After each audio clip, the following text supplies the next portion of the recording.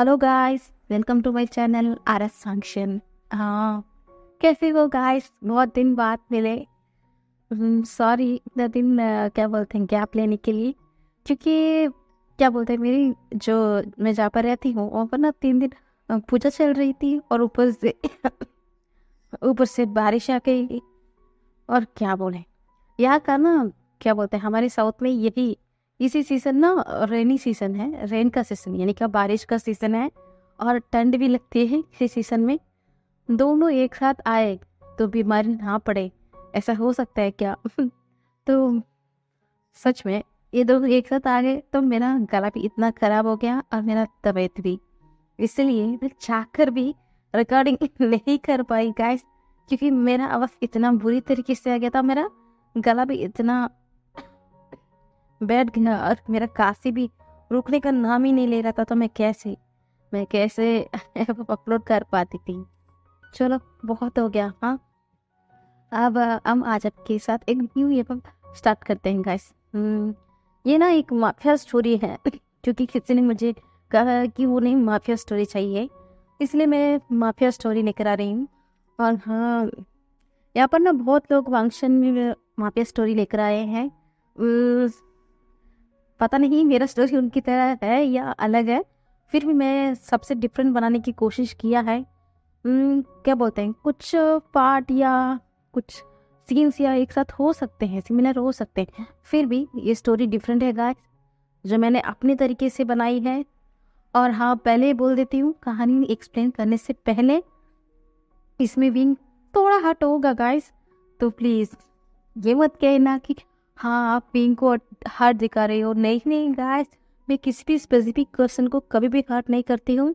जैसा स्टोरी है उसी हिसाब से होगी, क्योंकि हर स्टोरी सिर्फ हैप्पी ही हो नहीं सकती गाइस। शुरू से लास्ट तक हैप्पी हो वो स्टोरी नहीं हो सकती, ठीक है? तो प्लीज़ गलत मत समझना। और हाँ, इसमें थोड़ा वांछित, थोड़ा और क्या बोलते हैं, थोड़ा टॉक्सिक हो सकता है। प्लीज़ कोई माइंड मत कीजिएगा, कोई नेगेटिव कमेंट बिल्कुल मत कीजिएगा। मैंने पहले ही क्लियर कर दिया है कि स्टोरी कैसा होगा। तो चलिए अब कहानी की ओर पढ़ते हैं, क्योंकि बहुत बातें हो गई हैं। अब हम कहानी पे आते हैं। जैसा मैंने कहा कि ये माफिया माफिया स्टोरी है और ये एक ओमेगा वर्जन है, मॉडर्न एयर में बेस है, ठीक है? अब हम कहानी पर आते हैं।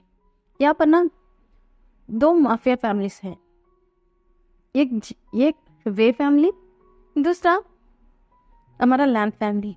ये दोनों एक दूसरे की खट्टर दुश्मन है, वे फैमिली और लैंड फैमिली। और यहाँ पर एक तीसरा भी, क्या बोलते हैं, माफिया में अभी भी क्या बोलते हैं, कुछ समय पहले ही उसने भी खत्म रखा है, और वो है वेन फैमिली। पर सबसे बड़ा नाम सिर्फ लैंड और वे का है। वो दोनों क्या बोलते हैं, पीढ़ी दर पीढ़ी ये माफिया काम करते आ रहे हैं, और उनका दुश्मनी भी बहुत फेमस है यहाँ पर कुछ सालों पहले कुछ ऐसा हुआ था, इसके चलते उनकी दुश्मनी और खतरनाक लेवल की हो गई। इतना हो गई कि क्या बोले, लफ्ज़ों से बयान भी नहीं कर सकते थे, इतना हो चुका है उनकी दुश्मनी। अब हम वे फैमिली के बारे में जानते हैं। वे फैमिली का सबसे बड़ा बेटा वे फेनमियान है, और उनका एक छोटा भाई भी है, और उनका नाम है वे चांग से है।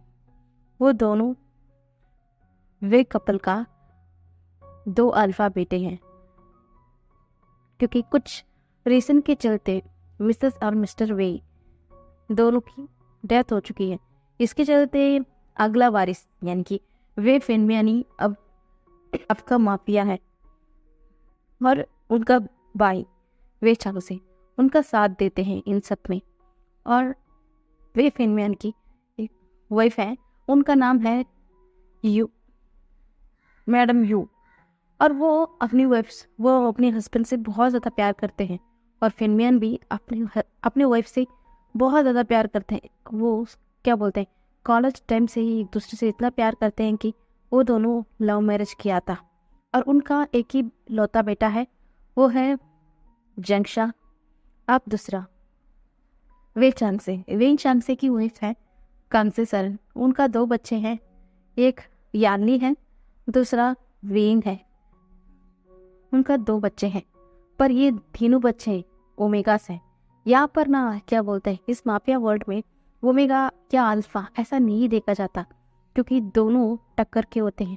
यहाँ ओमेगा को कमज़ोर या अल्फा को ताकतवर ऐसा कभी भी नहीं माना जाता, दोनों को बराबर का दर्जा दिया जाता है। और ये वे माफिया फैमिली को नी या कहो नी फैमिलीज बहुत ज़्यादा सपोर्ट करते हैं। उनका साथ शू फैमिली भी देते थे, पर शू फैमिली में अब कोई भी नहीं है सिवाय उनका बेटा शुयान की। वो भी वे फैमिली के साथ ही रहता है। और क्या बोलते हैं, वेन फैमिली से 2 बच्चे हैं, या कहो जो वो वेन फैमिली से बिल्कुल अलग है। 2 बच्चे, या कहो हमारा वेंचिंग और पेनी, दोनों वे चांसे के साथ वे फैमिली में ही रहते हैं। अब दूसरा हमारा लैंड फैमिली। लैंड फैमिली के बारे में जानते हैं। लैंड फैमिली में भी मिस्टर और मिसेस लैंड की डेथ हो चुकी थी। इसके चलते उनका अगला वारिस लैंड कुरनी उन सबको संभालते हैं, और उनका वाइफ है लैनी। पता नहीं क्यों उनका डेथ हो चुका है, इसके चलते उनके तीनों बच्चे भी अब बिना माँ के ही रहते हैं। उनका पहला बेटा है लैन सिचन, दूसरा है लैन मंगजी, तीसरा है लैन चिनचैन। ये तीनों लैन कुरन के बच्चे हैं। इसमें 2 बड़े बेटे, यहाँ कहो लैन मांगजी, लैन सिचन दोनों अल्फा है, पर लैन चिनचैन क्या बोलते हैं, एक ओमेगा है।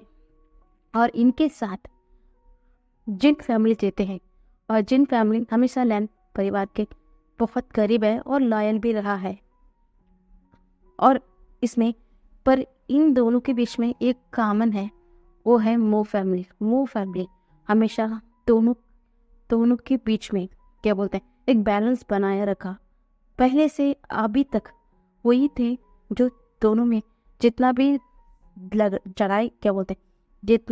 लड़ाई हो, झगड़े हो, कुछ भी मनमुटाव हो, वही सुलह करते हैं इन दोनों के बीच में। इसलिए मो फैमिली को सब लोग बहुत रिस्पेक्ट करते हैं, क्योंकि वो बहुत अच्छे भी थे। वो हमेशा लड़ाई तो नहीं चाहते थे। वो दोनों के बीच में एक क्या बोलते हैं, एक बैरियर बनाए रखा, ताकि इन दोनों की वजह से बाकी किसी का फैमिली ना हर्ट हो, इसके चलते तबाही ना मच जाए। इसलिए वो हमेशा इन दोनों के बीच में बैलेंस बनाए रखा। वेन फैमिली के बारे में क्या कहें।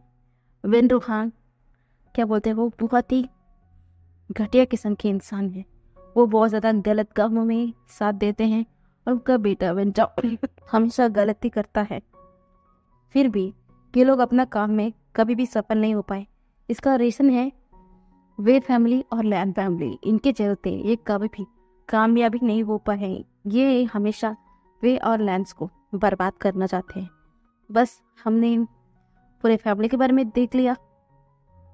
अब हम आगे देखेंगे कि कहानी क्या है। पहले मैंने पूरा इंट्रोडक्शन करना चाहती थी कि कहानी में कौन कौन है और किन किन का क्या किरदार है। ठीक है, अब हम कहानी में आते हैं। वे फैमिली में हमारे जो वे चांसे हैं, वो अपनी वाइफ से बहुत ज़्यादा प्यार करते हैं। ऐसा नहीं है कि फेनमियन अपनी वाइफ से प्यार नहीं करते हैं, फेनमियन भी यू से बहुत ज़्यादा प्यार करते हैं। ऐसा ही क्यों भी करती थी। जिस दिन वो इस घर में आई, क्या कहो वे फैमिली में आई, वो भी सबसे बहुत ही प्यार से, सबसे रिस्पेक्टफुली बात करने लगी। वो अपना क्या बोलते हैं, हस्बैंड का छोटा भाई वे चांसेस से भी बहुत ज़्यादा प्यार से ही, नरमी से क्या बोलते हैं, बहुत ही ध्यान से, नरमी से ही क्या बोलते हैं, नरमी से ही पेश आती थी। पर जब कांसी सरन उनके लाइफ में आई, उनका क्या बोलते हैं, लाइफ स्टाइल एकदम पलट गया।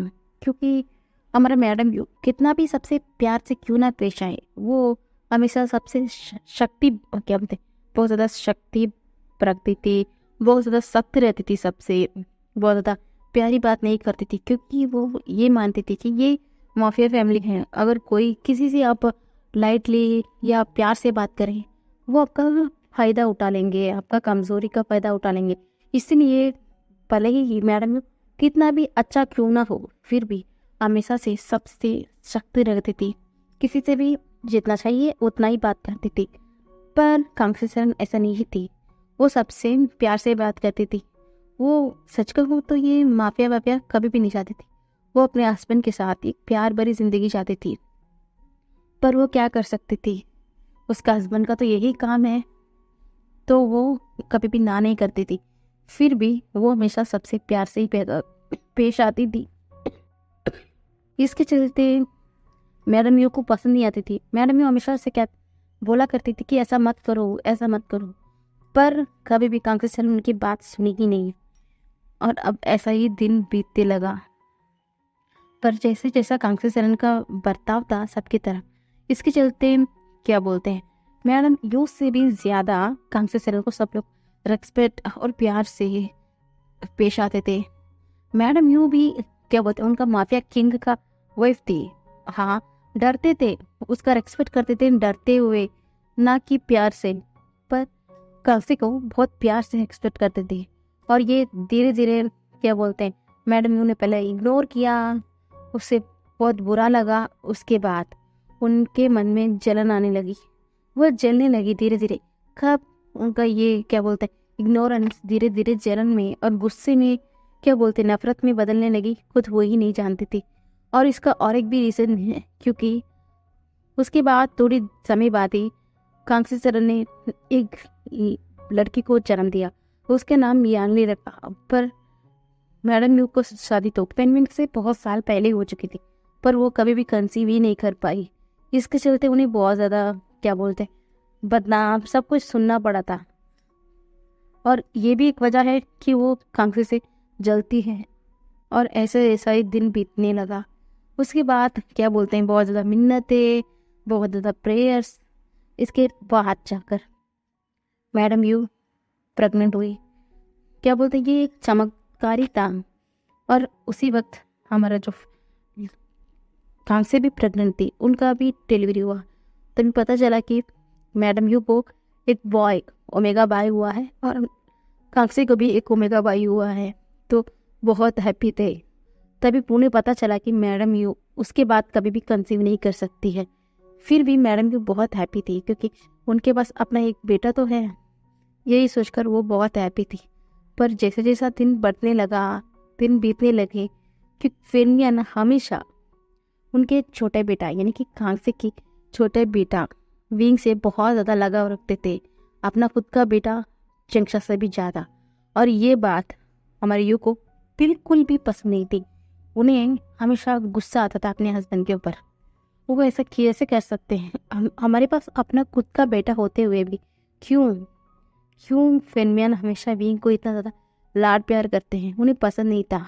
और विंग भी सबसे होशियार था, सबसे आगे था। और ये बात भी मैडम यू को बिल्कुल भी पसंद नहीं थी, इसलिए वो विंग से भी बहुत ज़्यादा चिढ़ती थी। वहाँ पर हमेशा विंग की वाहवाही होती थी। और मैडम यू उनका एक ही लाडला बेटा था चंक्षा, इसके चलते वो हमेशा बहुत लाड प्यार से उसे पाला और उन्हीं की तरह उसे भी बना दिया चिड़चिड़ापन का।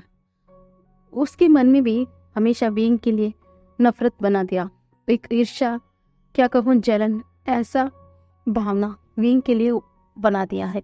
वो हमेशा ये कहती रही, चंक्षा देखना, तुम्हारा फादर ही यहाँ का किंग है, मैं चाहती हूँ कि अगला किंग तुम बनो, ना कि वो। देखो वो कैसा तुमसे आगे है। मैं ये बर्दाश्त ही नहीं कर सकती थी कभी भी तुम्हारा पोजीशन वो ले ले।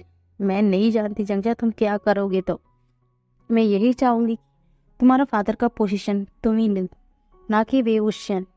समझ में आया? हाँ।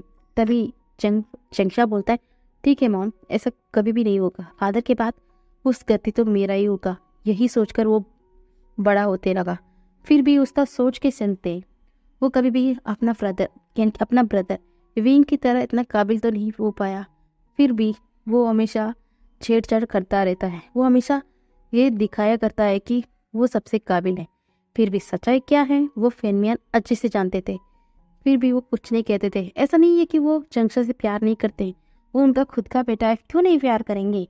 फिर भी चंक्षा उनकी मॉम की तरह हो गया, पता नहीं क्यों एक टाइम में इतना ज़्यादा प्यार करने वाला फेनमियान अब धीरे धीरे यू के ऊपर गुस्से करने लगे। पता नहीं क्यों अब उन दोनों के बीच में बहुत ज़्यादा तनाव आने लगा, दूरियां भी आने लगी। और मैडम यू को लगता है कि ये सबकी वजह वीइंग है। वीइंग की वजह से ही उसका हस्बैंड जो एक टाइम पे उसके ऊपर जान छिड़कता था अब प्यार नहीं करता है। उसे ऐसा लगने लगा, पर सच्चाई क्या है वो सोचना ही भूल गई, क्योंकि वो बच्चों के मन में जहर ना डालने लगी। क्योंकि वो दोनों बच्चों के बीच में, यानी कि उसका जंक्शा और वीइंग के बीच में क्या बोलते हैं जहर घोलने लगी। और ये अच्छा नहीं है। क्या बोलते हैं अगर घर में ही दो लोग एक दूसरे से झगड़ने करने लगे तो बाहर वाले के लिए तो मौका मिल जाएगा ना अंदर घुसने के लिए।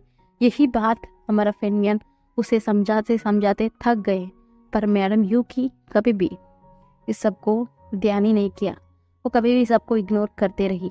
उससे एक ही टारगेट था कि वो उसके बेटे जंक्शा को ये पद जो उसका हस्बैंड का है माफिया किंग, वो पद दिलाना चाहती थी। पर इससे उलट विंग तो इन सब से कभी भी पढ़ना ही नहीं चाहता था। वो अपनी मॉम की तरह था। वो तो सबके साथ घुलना मिलना, सबसे प्यार से बातें करना, हाँ वो सबसे ज़्यादा स्ट्रांग था। वो सब कुछ सीखता था क्योंकि वो इसी फैमिली में बिलोंग करता है, क्योंकि वो एक माफिया फैमिली से बिलोंग करता है, इसलिए वो सब कुछ सीखा। फिर भी वो कभी भी अपना दायरा नहीं भूला। वो कभी भी ये पद नहीं चाहता था। फिर भी हमेशा से अपना बेस्ट देने की कोशिश किया, क्योंकि वो जानता है कि उसके आसपास कितना खतरा है। वो ऐसा कुछ भी नहीं कर सकता, इसके चलते दुश्मनों को मौका मिल जाए उनके ऊपर वार करने के लिए। इसलिए हमेशा वो अपना बेस्ट दिया करता था। पर दूसरी ओर लैन फैमिली बहुत सख्त फैमिली थी, पर वहाँ पर एक ही अल्फा था। पता नहीं क्यों वो बहुत काइंड था। वो थे हमारा लैन सिचान उनके बाकी भाइयों में से बहुत काइंड नेचर के थे। और ये नेचर कभी भी लैन कुरन भी नहीं समझ पाते कि उनका ये बड़ा बेटा इतना ज़्यादा नरम दिल कैसे है। अगर इस वर्ल्ड में सर्वाइव करना होगा तो उसे क्रूअल बनना होगा। और जो कुछ भी उनके मॉम के साथ हुआ उसके बाद तो वो किसी से काइंड हार्टेडली बात नहीं कर सकता। और दूसरी तरफ लान वांग जी तो इतना क्रूअल है, इतना क्या बोलते इतना कोल्ड है कि वो किसी को भी माफ़ी तो नहीं देता। अगर उसे गुस्सा आया उसका सर तो एकदम धड़ से अलग हो जाता है। वो इतना ज़्यादा गुस्से वाला है। इसके चलते उसके फादर ने उसके बड़े बेटे को माफिया किंग के पोजीशन में लाया था, क्योंकि वो नहीं चाहते थे कि उसका ये छोटा बेटा गुस्से में कुछ उल्टा पुल्टा ना कर दे। हाँ वो बहुत ही ताकतवर है, बहुत ही स्ट्रांग है, अपना बड़ा भाई से भी ज़्यादा। पर उसका एक कमज़ोरी है, वो उसका गुस्सा। अगर वो गुस्से में कुछ गलत भी कर देता है, वो कभी सोचता ही नहीं है गुस्से में। और यही बात चिरन को हमेशा परेशान करती है, क्योंकि वो डरते थे अगर जो हमारा लानवांग जी का गुस्सा उसके आंखों के सामने आ गया तो वो ना सही गलत किसी का भी फर्क नहीं करता। उसे जो मन में आया वो कह देता। और ये बहुत गलत बात है। ये काफ़ी बार पूरन समझा चुके हैं, पर हमारा जो वांग जी है समझने की कोशिश भी नहीं करता, क्योंकि इसका एक और वजह भी है। उसका अंकल आंट जिन वो हमेशा लानवांग जी को ये समझाते थे कि वो सही है, वो कोई गलत नहीं करता, यही बोलकर उसे समझाते थे। इसलिए वांग जी वो भी कभी भी समझने की कोशिश भी नहीं करता था। उसका छोटा भाई चिंचन वो भी अपना छोटा भाई की तरह ही है, वांग जी की तरह ही कोल्ड है। वो भी हमेशा अपनी भाई के नक्शे कदम पे ही चलता है। पर लानवांग जी सबसे ज़्यादा दुश्मनी जी क्या बोलते हैं फेनमियान से करता है। और वो पूरा वेब फैमिली से नफरत करता है। इतना नफरत करता है कि उसका बस चले ना सबके सिर पर बंदूक रखकर सबके सर को धड़ से अलग कर जाए। वो इतना ज़्यादा गुस्सा है वे फैमिली से, उसे वे नाम से ही चिढ़ है। उसका बस चले ना कि वो कब का ये वे फैमिली को भी मिटा देता। फिर भी ये माफिया का रूल है, कभी भी बिना वजह दुश्मन के ऊपर हमला नहीं कर सकते, इसलिए वो अभी भी चुपचाप है। फिर भी वो एक मौके की तलाश में है कि एक मौका मिल जाए ताकि वो पूरा वे फैमिली को नष्ट कर सके। और हमेशा जिन फैमिली लैन फैमिली को बहुत सपोर्ट करती है, ऐसा नहीं है कि वो वे फैमिली से नफरत करती है, नहीं, वो क्या बोलते हैं लैन फैमिली से इतना ज़्यादा लॉयल है कि वो हमेशा लैन वांगजी या लैन कुरन जो भी करे, वो गलत भी हो फिर भी उनका साथ देते हैं। और इनमें क्या बोलते हैं जिन क्वांगशन का बेटा जिन जुशवन, वो हमेशा लैन वांगजी का दोस्त था, वो हमेशा उसके साथ देता था। फिर भी वो हमेशा वांगजी को टोकता था कि वांगजी गुस्से में पागल मत बनो, ऐसा मत करो, वैसा मत करो, हमेशा उसे ही टोका करता था। पर वांगजी है कि वांगजी किसी की बात सुनने की ज़रूरत भी नहीं समझता। और यहाँ पर उनका एक ओमेगा ब्रदर भी था, उसका नाम था मेंग्याओ। मेंग्याओ पता नहीं क्यों वो तो अपना अलग ही दुनिया में रहता था। हाँ, वो रहता तो लैन परिवार में ही, फिर भी वो लैन परिवार के किसी भी काम में उनका साथ नहीं देता था। पता नहीं क्यों, उसके मन में क्या चल रहा है। तो अब हमने इन सारे परिवार के बारे में, उनके विचारों के बारे में जान लिया।